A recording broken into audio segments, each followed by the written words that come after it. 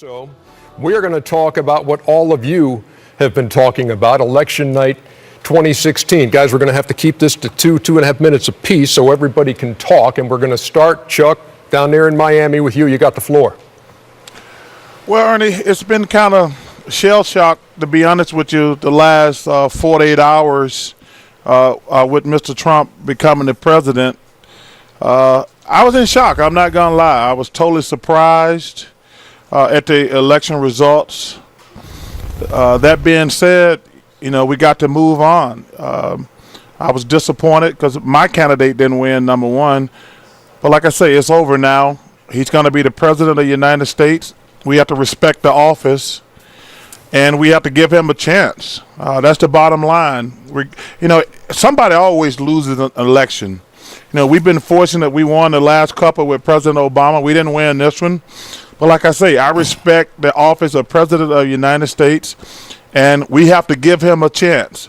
Everything he said in the past, that's water under the bridge. And we have to give him a chance, and we have to support him because he's the President of the United States of America. All right, let's go to Kenny now, Jet.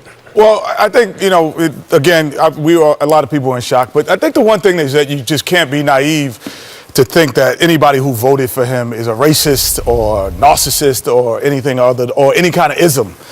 But you still have to acknowledge that he made so many of those misogynistic, racist remarks and narcissistic remarks. So you have to acknowledge that. And that's what's, I think, disheartening to the people who did not vote for him, like myself, is this disheartening because it feels like he enabled the workers of iniquity. Those people who don't really understand the bigger value. And so he gave them a forum and a platform that typically they don't have.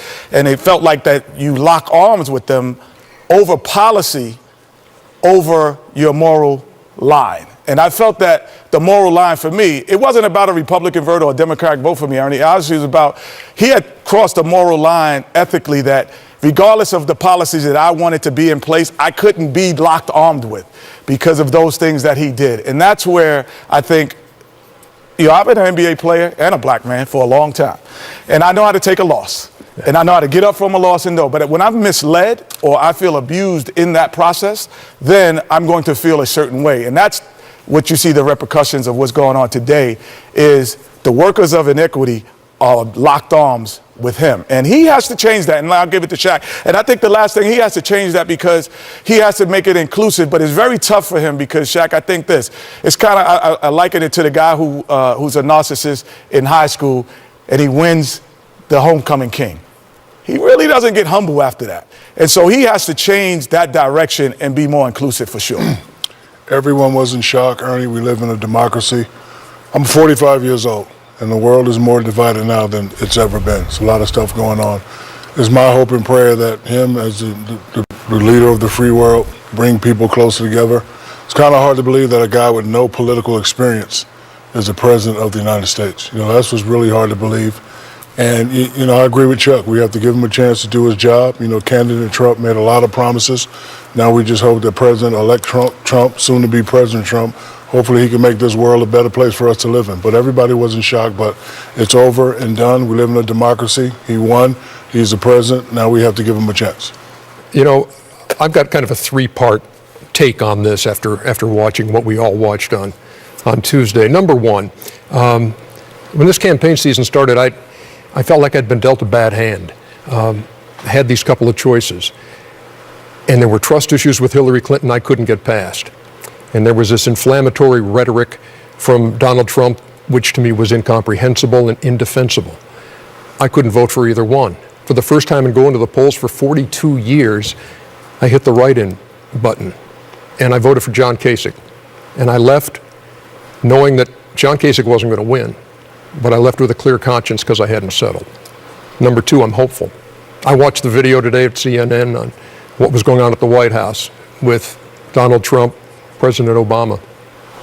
I was hopeful and I was encouraged that there will be a difference between the President Trump and the campaigning Trump. And I'm with these guys. We have to give him a chance. But here's the deal. I just hope that he's all in fixing the wounds in this country and the divides that separate this country. And I want to be part of that too. And for me to be part of it, I have to look in the mirror and I have to say, how am I going to be a better man? How am I going to be a better neighbor? How am I going to be a better citizen? How am I going to be a better American? How can I be a fountain and not a drain? And number 3, I know you're not supposed to talk about politics and religion, but we're already talking about politics, and so I'm going to go the R direction too. I never know from one election to the next who's going to be in the Oval Office, but I always know who's on the throne. And I'm on this earth because God created me, and that's who I answer to. I'm a Christian. I follow this guy named Jesus. You might have heard of him. And the greatest commandment he gave me was to love others. And Scripture also tells us to pray for our leaders.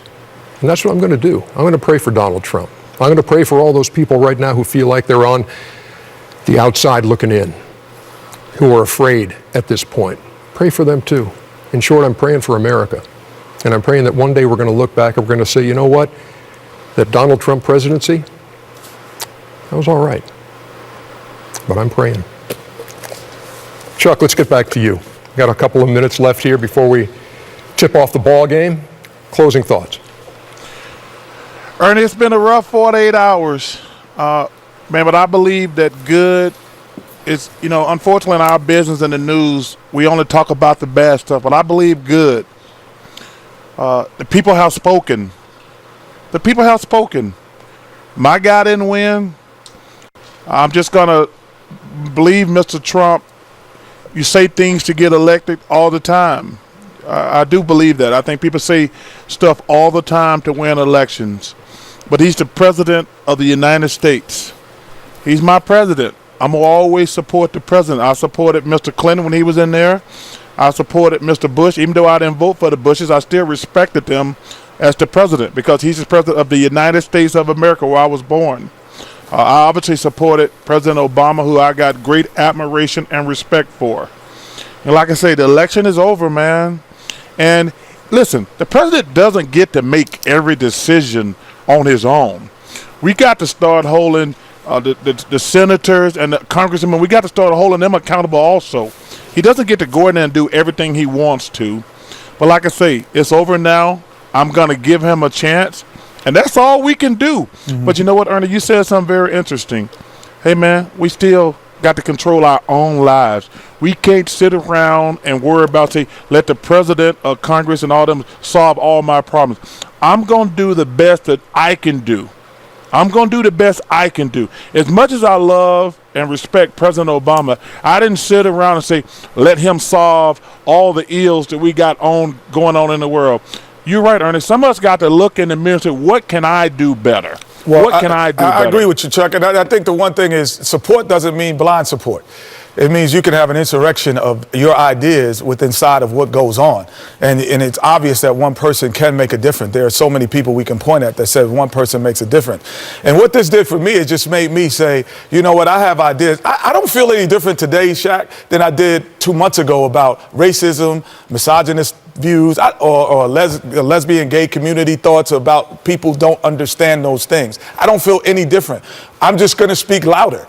So you gave, to me, like I said, those workers of iniquity a stage. It just makes me speak louder because I could still have my insurrection right in here, right now, and make a difference because here we are on the stage on national television and everybody doesn't get this. And so I'm going to take advantage that I have this.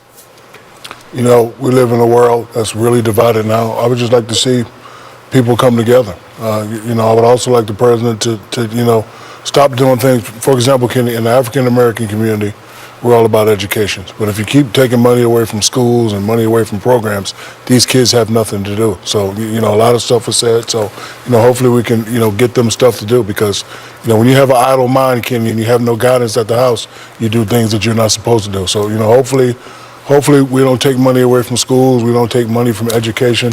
And I just want this guy to do the right thing. And can I give you a high five, Ernie, because I love what you said, brother. No, let me just make this one final point. Yeah. Man, we spend so much time in this country talking about black, white, and things like that.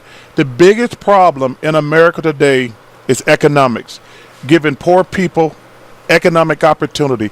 People always want to make racism about black and white, Hispanic, Jewish people, Muslim people. The biggest problem in this country right now today is economic racism. We've got to give poor people economic opportunity, and Shaq's point is well taken. We got to give them educational opportunities. Chuck, good talking to you. Enjoy the game tonight. We do have basketball to be played tonight. Chicago Bulls, right. Miami Heat is game one. And